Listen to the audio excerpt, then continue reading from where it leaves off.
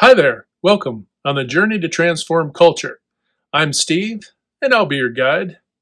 Well, folks, welcome to the first edition of the 2025 year.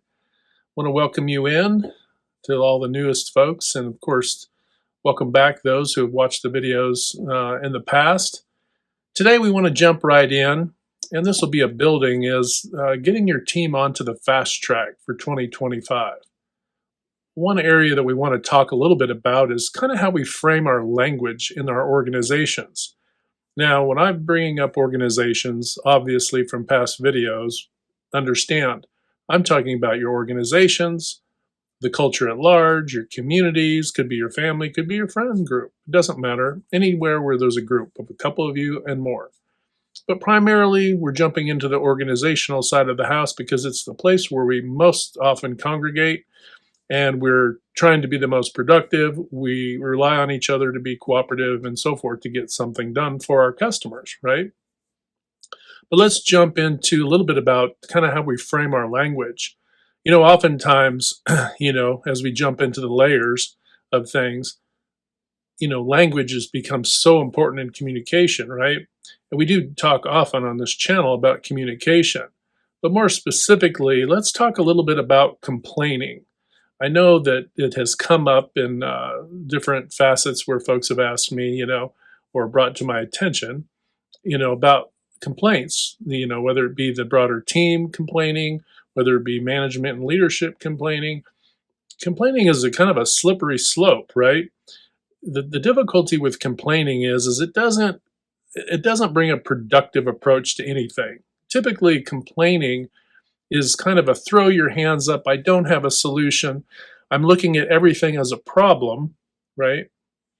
And I think that's the genesis of complaining. I have a problem, and therefore I'm going to complain about my problem. But in no time in history has complaining ever really solved a problem, right? so, so it's not productive, right? It just doesn't help. Now, it is true that sometimes we might go home after a tough day and kind of have a rah rah, our blood sugar's low, we haven't eaten dinner, and we're just kind of, well, that's fine. Everybody has to have an opportunity to blow off a little steam, obviously. We're human beings, of course. But, when we are in a professional environments and even in the culture at large, we want to kind of bring our highest selves to our problems, right? to what we would consider problems. And this is the other part of this. I'm just as guilty as anybody else. I say problems as well, but my mindset isn't problem oriented. And I'll give you an example.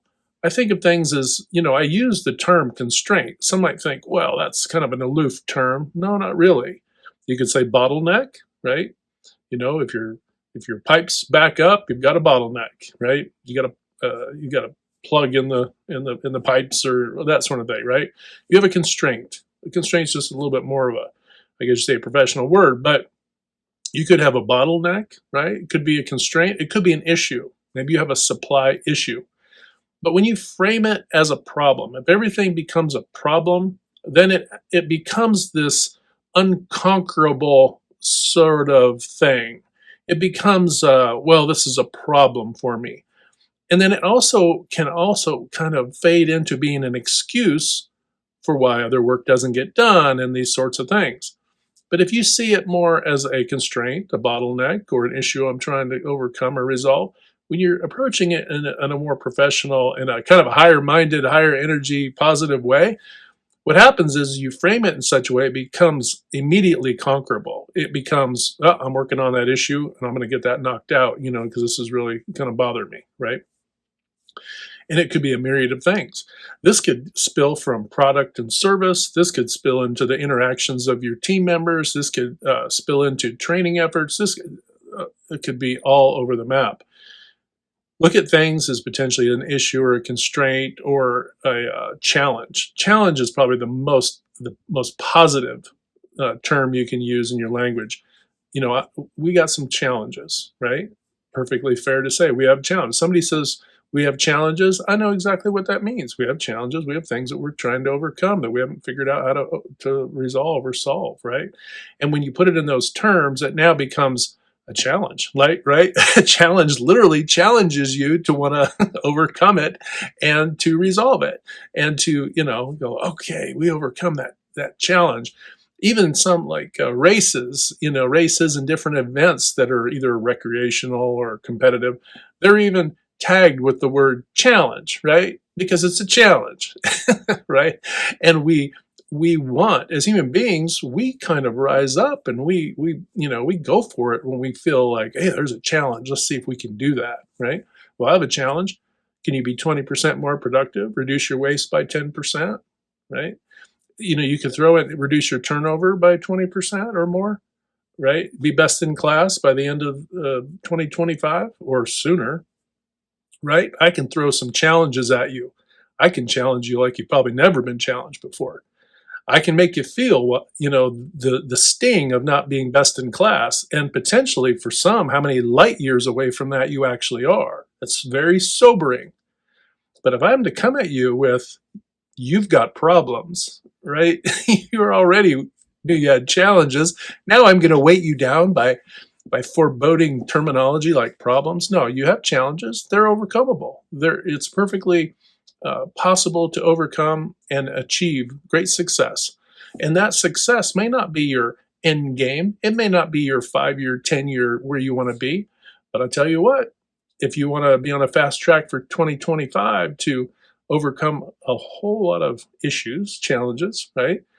Then you're going to have to start reframing how you approach it. And part of that is your language. Part of that is your attitude, because it does affect our attitude, right? Our language affects attitude and vice versa. So you want to get your attitudes to be a little bit more positive and possible. You want to work from the possible. And if you're working from the possible, anything is over, you can overcome anything.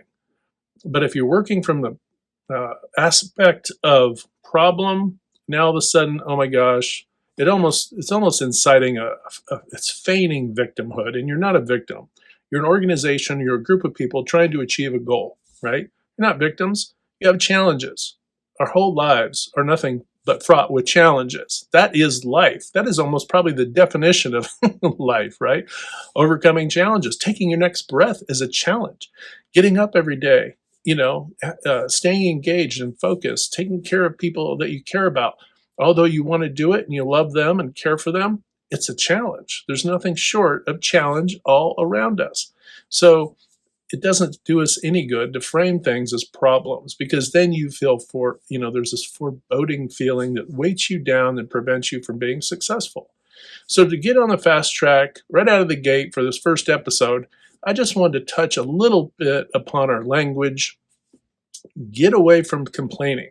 Get away from how you frame things as problems and that sort of thing, and start to frame things as conquerable, as possible.